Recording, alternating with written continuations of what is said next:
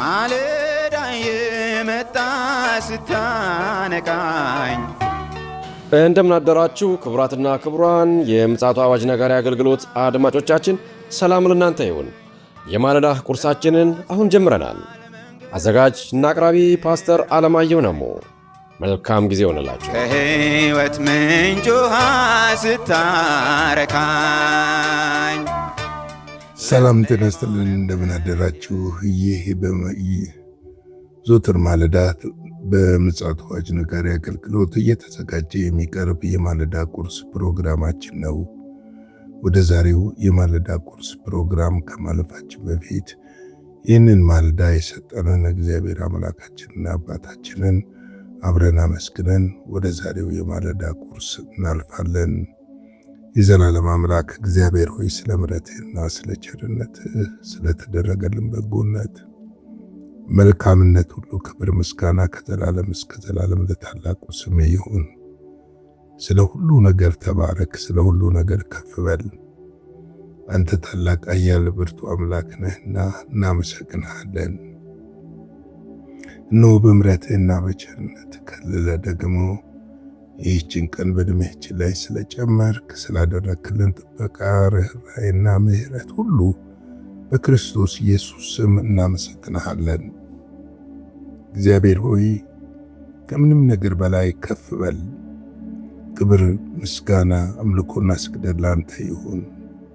ኑ በዚህ ዕለት ደግሞ እግዚአብሔር የዘላለም አምላክ የታሰሩትን ትፈታ ዘንድ ያዘኑትን ታጽናና ዘንድ እግዚአብሔር ሆይ በዚህ ዕለት በየቤተ ክርስቲያኑ ነፍሳት ይድኑ ዘንድ ሰዎች ወደ መንግሥትህ ይፈልሱ ዘንድ ታመሙ ተፈውሰው፣ ያዘኑ ተጽናንተው፣ ተሰበሩ ተጠግነው እግዚአብሔር የዘላለም አምላክ ባንተ ሰላምና ደስታ ፍቅር ተሞልተው ይሄዱ ዘንድ በኢየሱስ ክርስቶስ ስም እንድትረዳቸው እንጠይቃለን። እግዚአብሔር ሆይ ቤተ ክርስቲያን ያንተ የእውነተኛ ወንጌል መስበኪያ መድረክ እንድትሆን ደግሞ ለአገልጋዮች፣ ለእረኞች፣ ለሰባኪዎች፣ ለመሪዎች ጸጋና ምሕረት ቸርነትህ በዚህ ማለዳ እንዲበዛላቸው ጸልያለሁ። ካንተ የሰሙትን ካንተ የተቀበሉትን ብቻ ይናገሩ ዘንድ የሥጋቸውን ሐሳብና ፈቃድ እግዚአብሔር የዘላለም አምላክ ጸጥ ይል ዘንድ በክርስቶስ ኢየሱስ ስም እጠይቅሃለሁ። ለተጨነቀው ሕዝብ መፍትሄ እግዚአብሔር ሆይ ሰላም ላጣው ሕዝብ የሰላም አዋጅ እግዚአብሔር ሆይ ረፍት ላጣው ሕዝብህ ረፍትን ታውጅላቸው ዘንድ በኢየሱስ ክርስቶስ ስም እንድትረዳቸው እንድታገዛቸው ጸልያለሁ።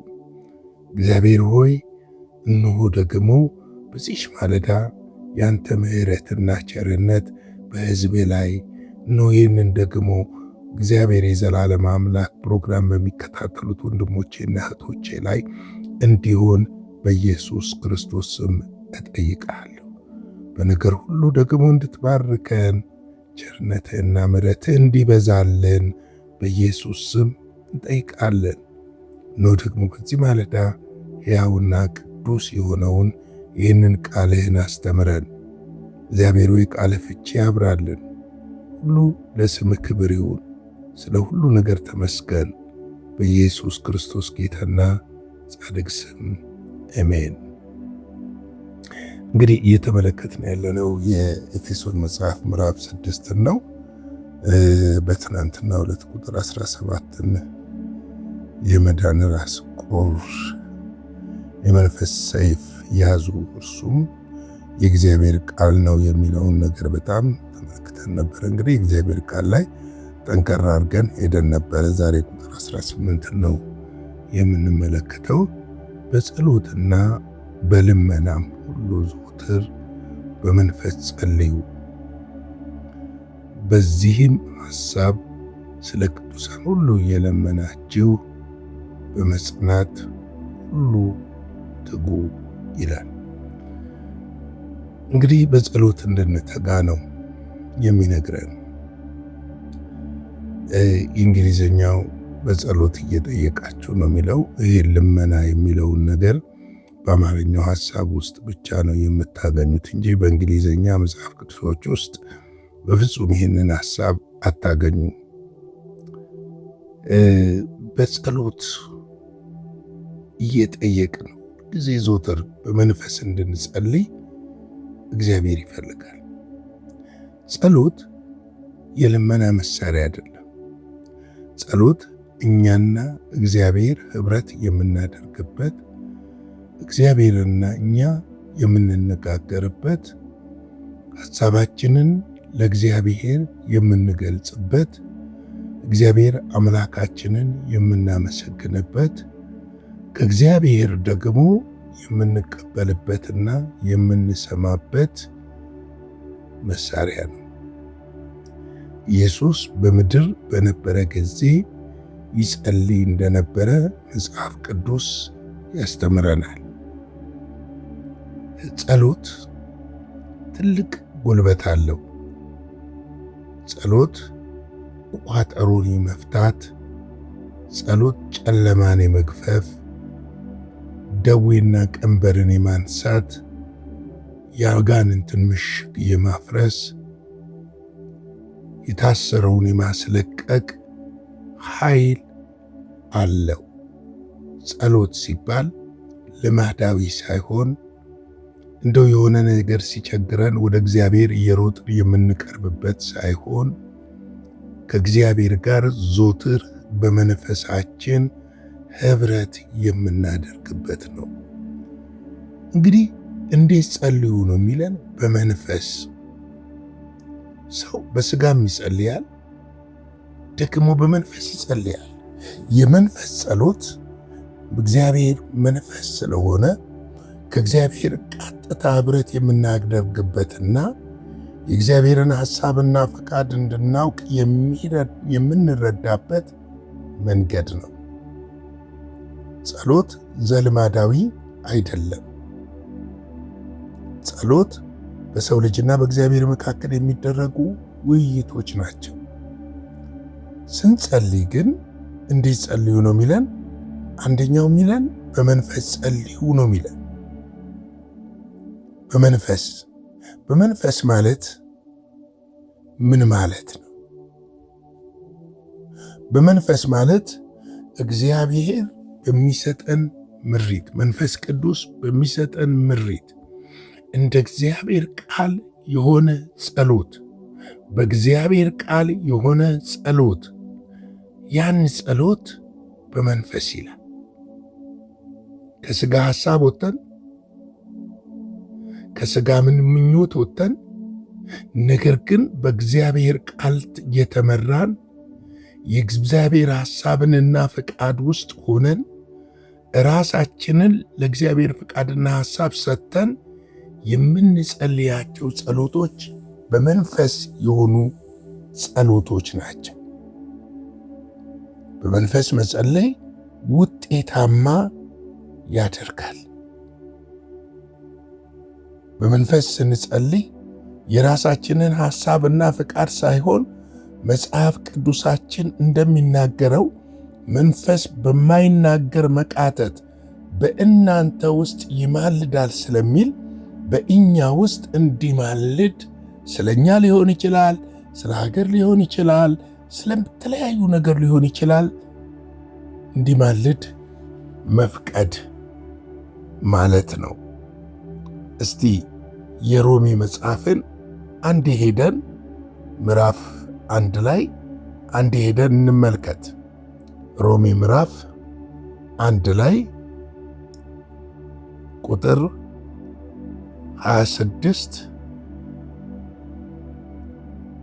27 ቅርታ ሮሜ ምዕራፍ 8 ሮሜ ምዕራፍ 8 ቁጥር 26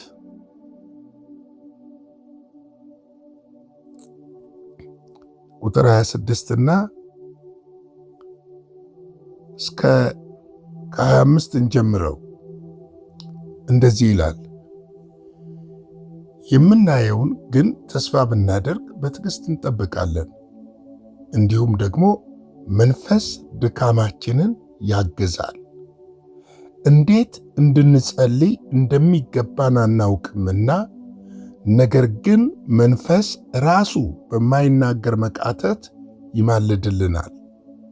ልብንም የሚመረምረው የመንፈስ ሐሳብ ምን እንደሆነ ያውቃል፣ እንደ እግዚአብሔር ፍቃድ ስለ ቅዱሳን ይማልዳል ብሎ ይነግረናል።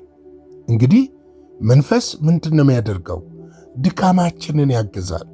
እኛ አሁን የዕለቱን ችግር እንድንጸልይ ነው የምናስብ የምንችለው፣ ወይም ፊት ለፊታችን ያለውን ነገር ነው እንድንጸልይ የምናስበው፣ ወይም ስለሆነ ሰው ነው እንድንጸልይ የምናስበው፣ ወይም ስለሆነ ጉዳይ ነው እንድንጸልይ የምናስበው። ነገር ግን መጽሐፍ ቅዱሳችን ደግሞ በመንፈስ በሚሆንበት ሰዓት ድካማችንን ያግዘናል። እንዴት እንድንጸልይ እንደሚገባን አናውቅምና፣ ነገር ግን ይላል መንፈስ ራሱ በማይናገር መቃተት ይማልድልናል። ስለኛ ይማልዳል፣ ስለ ሌሎች ይማልዳል፣ ስለ ሌሎች ይጸልያል። መንፈስ የእግዚአብሔር ሐሳብና ፍቃድ ምን እንደሆነ ስለሚያውቅ ስለሚረዳ በእኛ ውስጥ ሆኖ እኛን እያገዘ ስለኛ እየማለደ ስለ ሌሎችም ይማልዳል። ልብን የሚመረምረው የመንፈስ ሐሳብ ምን እንደሆነ ያውቃል። የመንፈስ ሐሳብ ምን እንደሆነ ያውቃል፣ እንደ እግዚአብሔር ፍቃድ ይላል። እንደ ሰው ፍቃድ ሳይሆን፣ እንደኛ ፍቃድ ሳይሆን፣ እንደ ፍላጎታችን ሳይሆን፣ እንደ ስሜታችን ሳይሆን፣ እንደ እግዚአብሔር ፍቃድ ስለ ቅዱሳን ምን ያደርጋል? ይማልዳል። እንደማ ፍቃድ? እንደ እግዚአብሔር ፍቃድ። የኛ ፍቃድ ምንድን ነው? የሥጋ ፍቃድ ሁል ጊዜ የታወቀ ነው። የሥጋ ፍቃድ በራስ ዛቢያ ላይ የሚሽከረከር ነው። የራሳችንን ፍላጎትና ሐሳብ ብቻ ነው ልናደርግ የምንፈልገው። ነገር ግን በመንፈስ ስንጸልይ ምን ይሆናል? ስለ ሌሎች መንፈስ በእኛ ውስጥ ሆኖ ይማልዳል፣ ይቃትታል። ስለ ሌሎች መለመን መጸለይ እንጀምራለን።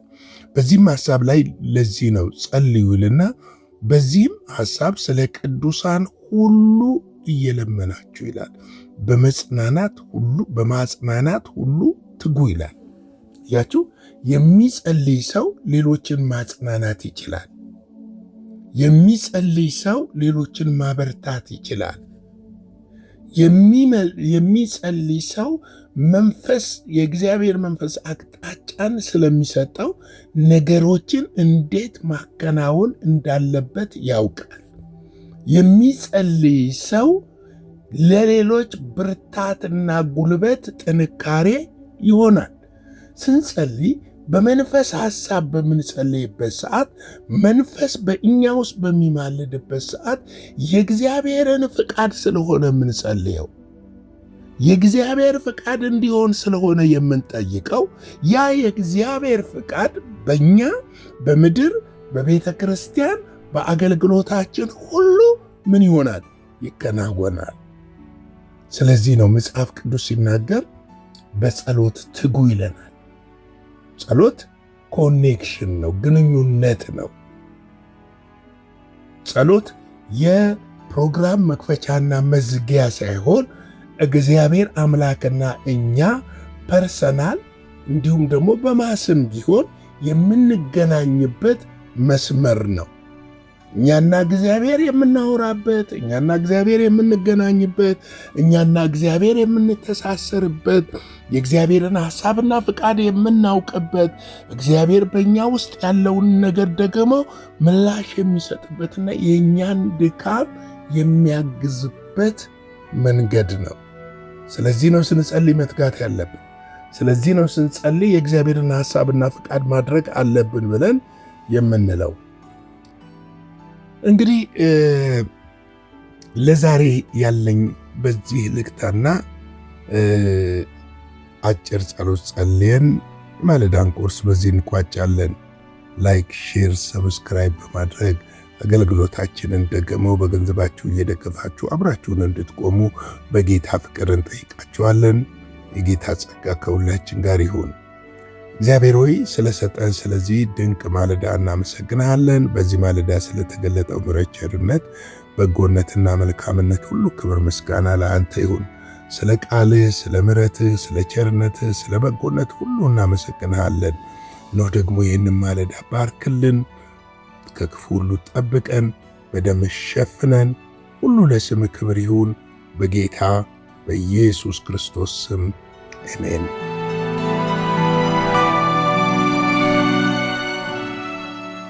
በነበረን የመልእክት ክፍለ ጊዜ እንደተባረካችሁ ተስፋ እናደርጋለን። በነገው ማለዳ በሌላ ዝግጅት እንገናኛለን። መልካም ቀን።